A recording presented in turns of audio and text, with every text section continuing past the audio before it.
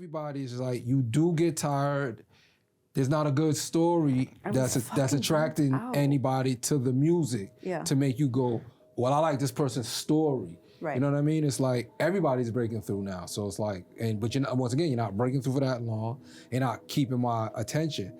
Then you've seen a lot in hip hop, a lot of people just dying. You know what I mean? So it's like, God damn, everybody just dying. Like it becomes, it's too much ignorance now. Yeah. You know what I'm saying? So you like getting tired of all the ignorance. Like I don't even want to hear two people arguing. Right. I don't hear that. Damn, because that's right. Like let's think about like whatever, like the 90s. Like we have Biggie and Tupac that died, but like, is that it? When you, as far as like beef, like yeah, that's right? Like, exactly that open. The funny thing about the Biggie and Tupac thing is, hip hop was brewing in such a way before their death that when they died, it opened hip hop up to the masses. Right. So now people are like, well, these people died over music.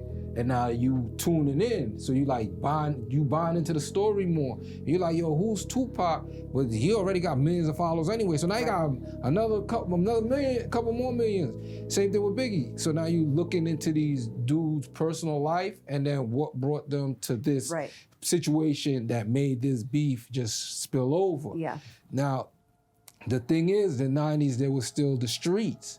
So music was the music, streets was the streets. Right. Now there is no streets.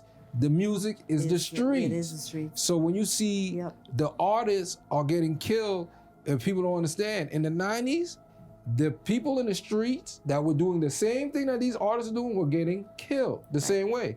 They were getting killed for their jewelry.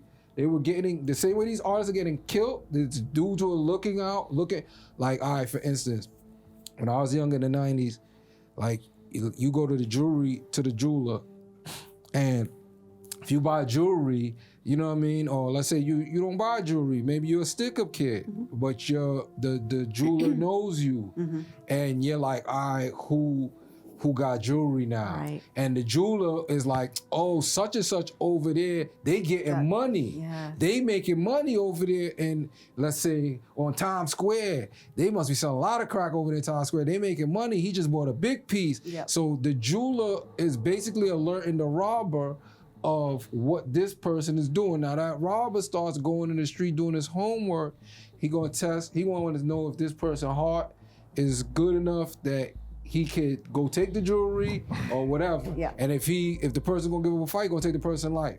So there's a lot of people died in the 90s on the same path that a lot of people are dying today on. Because the people today, like they're young kids, you know, so they don't know that. They don't know that, yo, nah, it's like that in the street.